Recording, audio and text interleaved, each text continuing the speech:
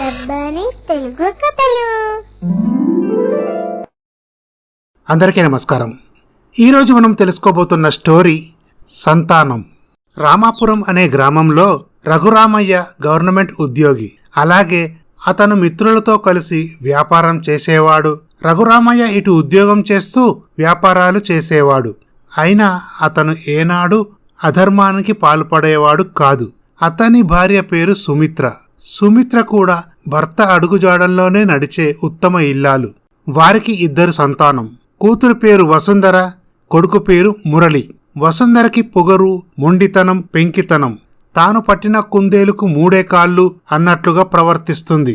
వసుంధర ఇటు తల్లిదండ్రులను, తమ్ముడిని లెక్క చేసేది కాదు. వసుంధర డిగ్రీ వరకు చదువుకుంటుంది. మురళి డిగ్రీ చదువుతాడు. మురళి తన తల్లిదండ్రులతో చాలా ప్రేమగా ఉండేవాడు. ఇటు రఘురామయ్య, సుమిత్ర మురళిని ఎంతో ఆప్యాయంగా చూసుకునేవారు. మురళికి బైక్ రైడింగ్ అంటే చాలా ఇష్టం. బైక్ని చాలా ఫాస్ట్గా డ్రైవింగ్ చేసేవాడు. మురళి, నీకెన్నిసార్లు చెప్పానురా అంత ఫాస్ట్గా డ్రైవ్ చేయకూడదని. నాన్న, లైఫ్లో మనిషికి బైక్లకి స్పీడ్ లిమిట్ ఉండాలనుకోకూడదు, దూసుకుపోవాలంతే. చూడు బాబు, నువ్వు మాకు ఒక్కగానొక్క కొడుకువి, కోట్ల రూపాయలకి వారసుడివి. ఈ రోజు నుంచి నువ్వు బైక్ ముట్టేది లేదు. అది కాదు నాన్నగారు. మురళి, నువ్వు బైకు ఫాస్టుగా నడిపి ఏదైనా ప్రమాదం కొని తెచ్చుకుంటే మేము తట్టుకోలేమురా. అప్పుడు మురళి ఏమీ మాట్లాడకుండా ఉంటాడు. ఈ విధముగా జరుగుతుండగా మురళి తన డిగ్రీ కోర్స్ పూర్తి చేస్తాడు. చూడు బాబు, నువ్వు డాక్టర్ కోర్స్ పూర్తి చేశావనుకో, నీకు మంచి గిఫ్ట్ ఇస్తాను. నాన్న, ఏంటా గిఫ్ట్? నీకు హాస్పిటల్ కట్టిస్తానురా. సరే కానీ నాన్న, నాకు కారు కొనియాలి. అలాగే బాబు, నువ్వు డాక్టర్ కోర్స్ మంచి మార్కులతో పాస్ అయ్యావనుకో, నీకు తప్పకుండా కారు కొనిస్తాను. ఇటు వసుంధర ఇంజనీరింగ్ కోర్స్ పూర్తి చేస్తుంది. చూడమ్మా, ఇంజనీరింగ్ కోర్స్ పూర్తయింది. తర్వాత ఏం చేద్దామనుకుంటున్నావు? నాన్నా, నేను పై చదువులు చదివి ఉద్యోగం చేద్దామనుకుంటున్నాను. వసుంధర, నీకు 2 ఆప్షన్స్ ఇస్తున్నాను. నువ్వు ఎవరైనా అబ్బాయిని ప్రేమిస్తే చెప్పు. అతను మంచివాడు, బుద్ధిమంతుడైతే అతనికిచ్చి పెళ్లి జరిపిస్తాము. లేదంటే నీకు ఆల్రెడీ ఒక సంబంధం చూశాను. అదేంటి నాన్నా, నా ఇష్టంతో మీకు పని లేదా? నీ ఇష్ట ప్రకారం జరగాలంటే నువ్వు మా ఇష్ట ప్రకారం పెరిగావా? నాన్నా, నేను ఎవరినీ లవ్ చేయలేదు. అయితే నేను చూసిన సంబంధం చేసుకో. అబ్బాయి పేరు రాజేష్. వాళ్ళ నాన్నగారి పేరు చంద్రశేఖరరావు. వాళ్ళ అమ్మగారి పేరు జానకి. వాళ్ళు ఆస్ట్రేలియాలో స్థిరపడ్డారు. అప్పుడు వసుంధర ఏమీ మాట్లాడకుండా మౌనంగా ఉంటుంది. ఇలా వసుంధర వివాహం రాజేష్తో జరుగుతుంది. 2-3 నెలల తరువాత రాజేష్ తన భార్య వసుంధరని, తన తండ్రి చంద్రశేఖరరావుని, తన తల్లి జానకిని తీసుకొని ఆస్ట్రేలియా వెళ్తాడు. ఇటు మురళి డాక్టర్ కోర్స్ ఎంతో శ్రద్ధగా చదివేవాడు. వసుంధర తన భర్త రాజేష్ని, అత్తామామల్ని అస్సలు లెక్క చేసేది కాదు. ఎప్పుడూ ఏదో రకంగా గొడవ పడుతూనే ఉండేది. ఈ విధముగా కొన్ని సంవత్సరాలు గడిచాక మురళి మంచి మార్కులతో డాక్టర్ కోర్స్ పాస్ అవుతాడు. అప్పుడు రఘురామయ్య, సుమిత్ర చాలా సంతోషిస్తారు. ఇటు మురళి తన నాన్న కట్టించిన హాస్పిటల్లో డాక్టర్గా పనిచేస్తాడు. అదే ఆసుపత్రిలో మురళి స్నేహితురాలు అలేఖ్య గైనకాలజిస్టుగా పనిచేస్తుంది. ఇటు రఘురామయ్య అన్నమాట ప్రకారం మురళికి కారు కొనిస్తాడు. అప్పుడు మురళి చాలా సంతోషిస్తాడు. బాబు, అన్నమాట ప్రకారం నీకు కారు కొనిచ్చాను. అలాగే నువ్వు కూడా కారు నడిపేటప్పుడు మమ్మల్ని గుర్తు పెట్టుకుని నడపాలి. ఇక్కడ 2 ప్రాణాలు నీ గురించే బ్రతికున్నాయి. కాబట్టి ఎక్కువ స్పీడ్ వెళ్ళి నీ ప్రాణాల మీదికి తెచ్చుకోకు. నీకేమైనా జరిగితే మేము తట్టుకోలేమురా. అలాగే నాన్న. అదే ఊరిలో రంగమ్మ అనే ఆవిడ నివసించేది. వాళ్ళ ఆయన అనారోగ్యంతో చనిపోతాడు. ఆవిడకి 2 కూతుళ్ళు. పెద్ద కూతురు పేరు రమ్య, చిన్న కూతురు పేరు శైలజ. రమ్య డిగ్రీ వరకు చదువుకుంటుంది. పై చదువులు చదివే ఆర్థిక స్తోమత లేక ఆఫీసులో రిసెప్షనిస్ట్గా పనిచేస్తూ తన చెల్లెలు శైలజను చదివిస్తుంది. ఒకరోజు రంగమ్మ అనారోగ్యంతో బాధపడటంతో రమ్య రంగమ్మని మురళి ఆసుపత్రిలో అడ్మిట్ చేస్తుంది. అప్పుడు మురళి ఆవిడను పరీక్ష చేసి, చూడండి, మీ అమ్మగారికి ఊపిరితిత్తుల్లో ఇన్ఫెక్షన్ వచ్చింది. కంగారు పడాల్సిన అవసరమేమీ లేదు. మందులు రాసి ఇస్తాను, తగ్గిపోతుంది. వారం రోజుల తర్వాత ఒకసారి చెకప్కి రండి. అలాగేనండి. ఇలా హాస్పిటల్లో టెస్టులకు అలాగే మందులకు చాలా వరకు ఖర్చు అవుతుంది. రమ్య వద్ద అంత మొత్తం డబ్బులు లేకపోవడంతో రమ్య మురళి వద్దకు వస్తుంది.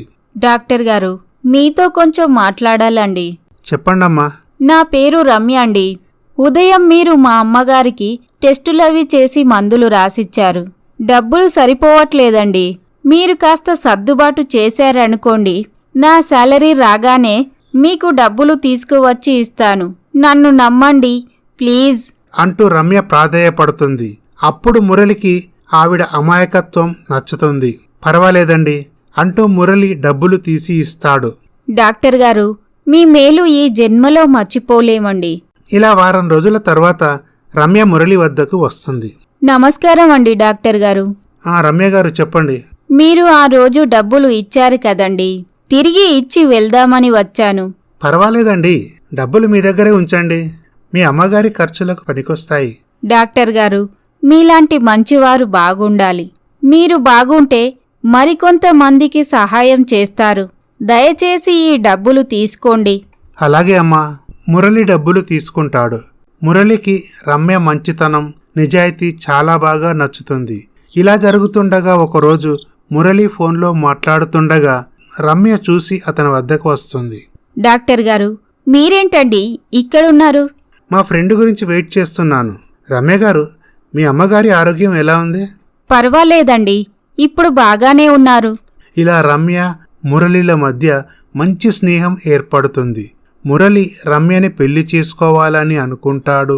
ఈ విధంగా జరుగుతుండగా, నాన్నగారు, నేను ఒక అమ్మాయిని ఇష్టపడుతున్నాను. ఆ అమ్మాయిని పెళ్లి చేసుకోవాలనుకుంటున్నాను. సరే బాబూ, మనం ఒకసారి వాళ్ళింటికి వెళ్ళొద్దాం. రఘురామయ్య తన భార్య సుమిత్రను, కొడుకు మురళిని తీసుకొని రంగమ్మ ఇంటికి వెళ్తాడు. చూడమ్మా, మీ పెద్దమ్మాయిని మా అబ్బాయి పెళ్లి చేసుకోవాలనుకుంటున్నాడు. అన్నయ్య గారు, మీ అంతస్తుకు మేము సరిపోమండి. మా పెద్దమ్మాయి ఉద్యోగం చేస్తూ మా చిన్నమ్మాయి శైలజను చదివిస్తుంది. చూడండమ్మా, మాకు కట్న కానుకలు ఏమీ అవసరం లేదు. పెళ్లి మేమే జరిపిస్తాము. ఇక మీ చిన్నమ్మాయి చదువు నాకు వదిలేయండి. అమ్మా రమ్య, ఇంతకీ మా అబ్బాయి అంటే నీకు ఇష్టమేనా? అప్పుడు రమ్య సిగ్గుపడుతుంది. సరే అమ్మా, మంచి రోజు చూసి పెళ్లి జరిపిద్దాం. ఈ విధంగా జరుగుతుండగా ఒకరోజు మురళి రమ్యను తీసుకొని పార్కుకు వెళతాడు. వాళ్ళు అక్కడ మాట్లాడుతూ ఉండగా అప్పుడు మురళి ఇంటి నుంచి ఫోన్ వస్తుంది. బాబూ, నాన్నకు గుండెపోటు వచ్చింది. హాస్పిటల్కి తీసుకువెళ్తున్నాము. నువ్వు త్వరగా వచ్చేయ్. అలాగే అమ్మా. ఏమైందండి? మా నాన్నగారికి గుండెపోటు వచ్చిందంట. మనం వెంటనే హాస్పిటల్కి వెళ్ళాలి. ఏమండి, మీరు కంగారు పడకండి. మామయ్య గారికి ఏమీ అవ్వదు. మురళి కంగారుగా డ్రైవ్ చేస్తూ ఉంటాడు. ఇలా ఎదురుగా వస్తున్న బైక్ను తప్పించే ప్రయత్నంలో కారు పక్కనే ఉన్న చెట్టును ఢీకొడుతుంది. మురళి రమ్యలకి స్వల్పంగా గాయాలవుతాయి. అప్పుడు అంబులెన్స్లో మురళి రమ్యలను హాస్పిటల్లో చేరుస్తారు. అలేఖ్య వాళ్ళిద్దరికీ చికిత్స చేస్తుంది. అలేఖ్య, ఇప్పుడు మా నాన్నగారికి ఎలా ఉంది? పర్వాలేదండి. సమయానికి ఆస్పత్రికి తీసుకురావడంతో ఆయన ప్రాణాలతో బయటపడ్డారు. బాబు, ఏంట్రా ఇదంతా? వేగంగా డ్రైవ్ చేయవద్దు అంటే నువ్వు వినవు. లేదండి మామయ్య గారు, మురళి మామూలుగానే డ్రైవ్ చేస్తున్నాడు. బైకును తప్పించబోయి అలా జరిగింది. మాకు పెద్దగా దెబ్బలేమీ తగలలేదు. నాన్నగారు, ఇప్పుడు ఎలా ఉందండి? పర్వాలేదు బాబు. ఇలా కొన్ని నెలలు గడిచాక మురళి రమ్యల పెళ్లి నిశ్చయిస్తారు. ఇటు వసుంధర తన అన్నయ్య పెళ్లికి రాజేష్ని తీసుకొని తన ఇంటికి వస్తుంది. ఏరా, డాక్టర్ చదివి లో క్లాస్ అమ్మాయిని పెళ్లి చేసుకుంటావా? రేపు నీ భార్యను నలుగురిలో ఏమని పరిచయం చేస్తావు? నేను ఇష్టపడి పెళ్లి చేసుకుంటున్నా. నువ్వు నోరు మూసుకుంటే మంచిది. అయినా వాడికి నచ్చిన అమ్మాయిని వాడు పెళ్లి చేసుకుంటే నీకేంటే? పెళ్ళయ్యేంతవరకు నోరు మూసుకొనుండు. అప్పుడు వసుంధర కోపంతో అక్కడ నుండి వెళ్తుంది. ఇలా మురళి రమ్యల పెళ్లి జరుగుతుంది. మురళి రమ్య తమ దాంపత్య జీవితాన్ని అన్యోన్యంగా కొనసాగించేవారు. ఇటు రఘురామయ్య, సుమిత్ర కోడలిని ఎంతో ప్రేమగా చూసుకునేవారు. ఇదంతా చూసిన వసుంధర, లో క్లాస్ అమ్మాయిని పట్టుకొని మా అన్నయ్య మా అమ్మ నాన్నలు తెగ సంతోషపడుతున్నారు. ఈ విధంగా జరుగుతుండగా, మావయ్య గారు, నాకు ఆఫీసు నుండి కాల్ వచ్చిందండి, మీ అమ్మాయిని తీసుకొని వెళ్తున్నాను. సరే బాబు. ఇలా రాజేష్ వసుంధరని తీసుకొని ఆస్ట్రేలియా వెళ్తాడు. ఇటు రఘురామయ్య ఒక మంచి సంబంధం చూసి శైలజకి వాసుతో పెళ్లి జరిపిస్తాడు. 1 సంవత్సరం గడిచాక వసుంధర గర్భవతి కావడంతో వాళ్ళ అత్తయ్య జానకి వసుంధరని తీసుకొని రఘురామయ్య ఇంటికి వస్తుంది. వదిన గారు, మా అమ్మాయిని మీ దగ్గరే ఉంచుకోవచ్చు కదా. అది కాదండి, మొదటి కాన్పు చేయాల్సింది పుట్టింటి వాళ్లే కదా. వదిన గారు, కావాలంటే మేము డబ్బులు పంపిస్తాము. మా అమ్మాయిని అక్కడే హాస్పిటల్లో చూపించండి. ఎందుకమ్మా, మీ అమ్మాయిని మీ ఇంట్లోనే ఉంచుకుంటే మంచిది. కొన్ని రోజులైనా మేము ప్రశాంతంగా ఉంటాము అని చెప్పి జానకి అక్కడి నుండి వెళ్తుంది. ఇటు వసుంధర తల్లిని వేధించడం మొదలు పెడుతుంది. నాకు అది కావాలి, ఇది కావాలి అంటూ ఎప్పుడూ ఏదో ఒకటి తింటూనే ఉంటుంది. ఇలా ఒకరోజు మురళి డాక్టర్ అలేఖ్యను తీసుకొని తన ఇంటికి వస్తాడు. అలేఖ్య వసుంధరను చెకప్ చేసి, చూడండి, మీరు మరీ ఎక్కువగా తింటున్నారు. అలా తినడం వల్ల బిడ్డ ఎదుగుదల ఆగిపోతుంది. మీరు ఫుడ్ తగ్గిస్తే మంచిది అని చెప్పి అలేఖ్య అక్కడి నుండి వెళ్తుంది. వసుంధర ఇవేమీ పట్టించుకునేది కాదు. ఇలా జరుగుతుండగా ఇటు శైలజ గర్భవతి అవుతుంది. ఏమండి, మీ అక్కయ్య గర్భవతి, అటు మా చెల్లెలు కూడా గర్భవతి. మనం ఒక్కసారి పిల్లల గురించి హాస్పిటల్కు వెళ్ళి చెకప్ చేయించుకుందామండి. సరే రమ్య, రేపు హాస్పిటల్కి వెళ్దాం. మర్నాడు ఉదయం రమ్యను తీసుకొని మురళి తన ఆసుపత్రికి వెళ్తాడు. అప్పుడు అలేఖ్య రమ్యకి అన్ని టెస్టులు చేస్తుంది. డాక్టర్ గారు, అంతా ఓకేనా అండి? నాకు ఏ ప్రాబ్లం లేదు కదా? ఇంతకీ రమ్యకి పిల్లలు పుడతారా లేదా తర్వాయి భాగంలో చూద్దాం. ఈ స్టోరీ కనుక మీకు నచ్చినట్లయితే మా ఛానల్ని సబ్స్క్రైబ్ చేసుకోండి, లైక్ చేయండి, షేర్ చేయండి, కమెంట్ చేయండి. Thank you for watching.